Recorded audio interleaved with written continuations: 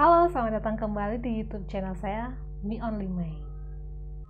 Di vlog kali ini, aku akan membahas mengenai model rilis dan properti rilis di IM. Nah, jadi teman-teman kalau kalian udah lihat video aku sebelumnya, apa itu IM? Jadi IM ini adalah salah satu istilah sederhananya adalah tempat kalian berjualan foto kalian.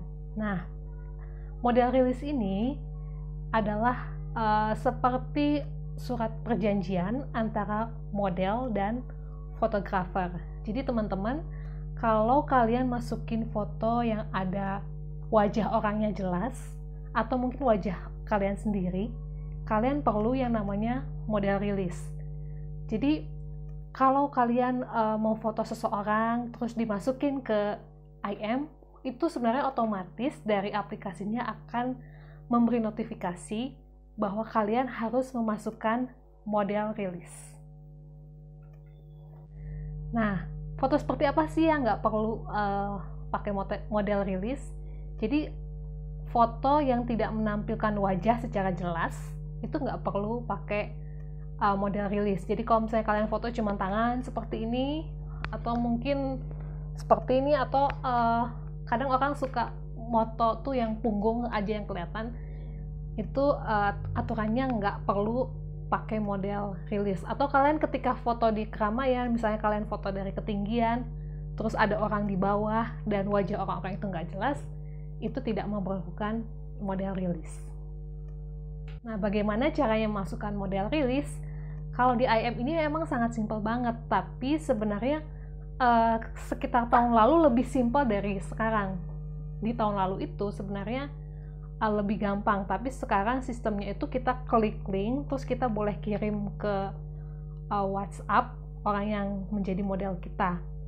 Nanti mereka akan isi, kalau sudah isi nanti akan ada notifikasi di aplikasi IM kita.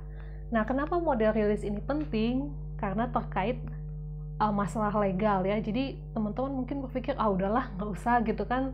Tapi kalau kita nggak kasih model rilis, waktu aturan yang dulu kalau nggak salah sih, kalau kita nggak bisa dapatkan model rilis ini, sebenarnya otomatis foto kita itu menjadi editorial. Jadi editorial ini sifatnya foto kita itu tidak bisa digunakan untuk tujuan komersil atau bisnis. Jadi dulu sih waktu saya pernah coba itu, ketika saya tidak bisa masukin model rilis, ada optionnya langsung. Tapi kalau untuk yang saat ini yang terbaru saya belum pernah coba lagi.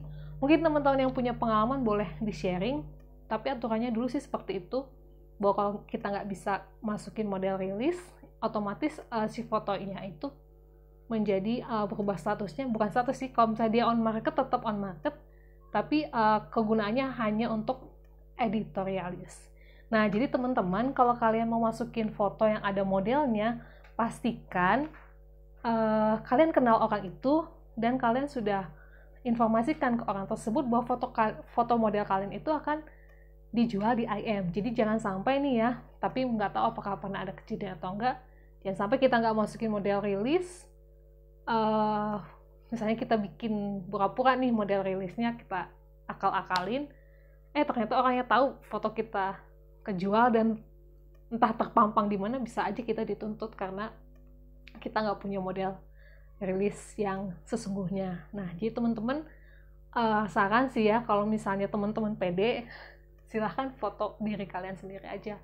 Kenapa? Karena simple banget. Kalau misalnya kita menjual foto yang merupakan wajah kita sendiri, nanti saya kasih cuplikannya bagaimana cara cara untuk membuat model rilisnya. Itu simple banget.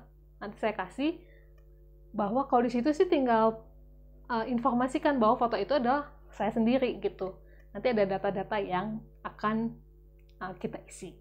Nah, jadi teman-teman, tipsnya adalah kalau misalnya kalian mau masukin foto yang ada model, harus kalian kenal ya, supaya bisa dapat model rilisnya, dan pastikan orang itu juga mau wajahnya dipublikasikan.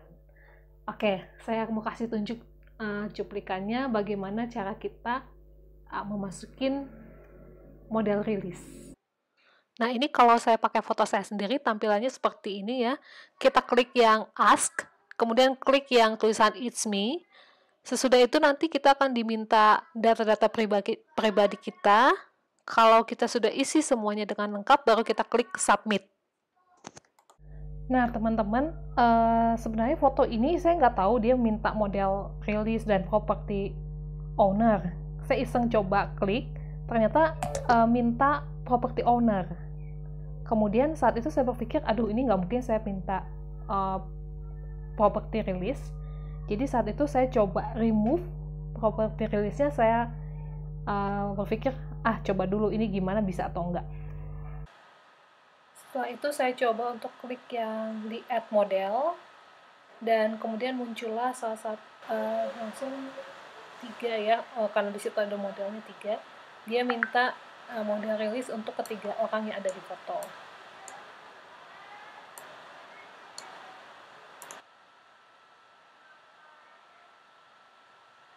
Kemudian saya coba keluar dari menu dan masuk lagi. Tampilannya sudah seperti ini. Kemudian kita tinggal ask, kemudian copy link, dan kirimkan link tersebut melalui WhatsApp.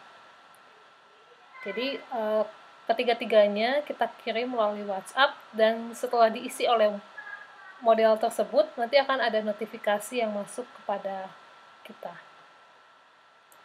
Oke, yang selanjutnya adalah mengenai property release. Jadi saya mau kasih ketentuan langsung dari IM ya, silahkan dilihat di layar. Saya jelasin sedikit karena itu memang bahasa Inggris. Di paragraf yang ketiga ya, yang mengenai property release, di situ dibilang bahwa kalau di foto kita itu ada kepemilikan orang ketiga seperti real estate, kantor, apartemen, taman, dan museum, atau ada logo brand dari suatu produk dan ataupun intellectual property, maka kita wajib untuk memberikan property release. Jadi ini seperti informasi yang diberikan kepada IM bahwa kita tuh udah dapat persetujuan dari pemilik properti itu bahwa foto kita tuh yang mengandung properti mereka tuh boleh dijual di IM. Nah, bagaimana sih bentuk property release ini? Ini saya share juga. Kalian juga boleh download sih, tinggal cari aja di Google pasti ketemu. Ini saya share bagaimana form property release-nya. Oke. Jadi di situ simpelnya di sini di kotak yang sebelah kiri ya, sebelah kiri di situ ada informasi. Tolong dikasih attachment mengenai visual reference of property. Tapi itu ada tanda kurung optional, jadi mungkin bisa enggak atau harus ya, jadi seperti fotokopi dari surat keterangan mengenai properti tersebut. Kemudian yang paling atas itu adalah sebelah kanan atas informasi mengenai kita sebagai fotografernya, nama lengkap kita, tanggal dilakukan pemotretan, kemudian ID ya, image ID. Kemudian di situ informasi mengenai properti, apakah itu real estate, trademark, brand, logo, kemudian artwork seperti lukisan atau juga foto dan yang lainnya. Dan juga paling bawah adalah sebelum paling bawah di situ ada ownership information.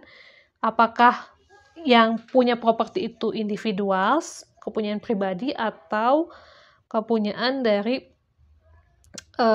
perusahaan. Dan di situ diinformasikan nama orangnya ya, yang pemiliknya. Kalau di perusahaan dicantumkan juga jabatannya, kemudian kontak pemilik, email, dan juga tanda tangan.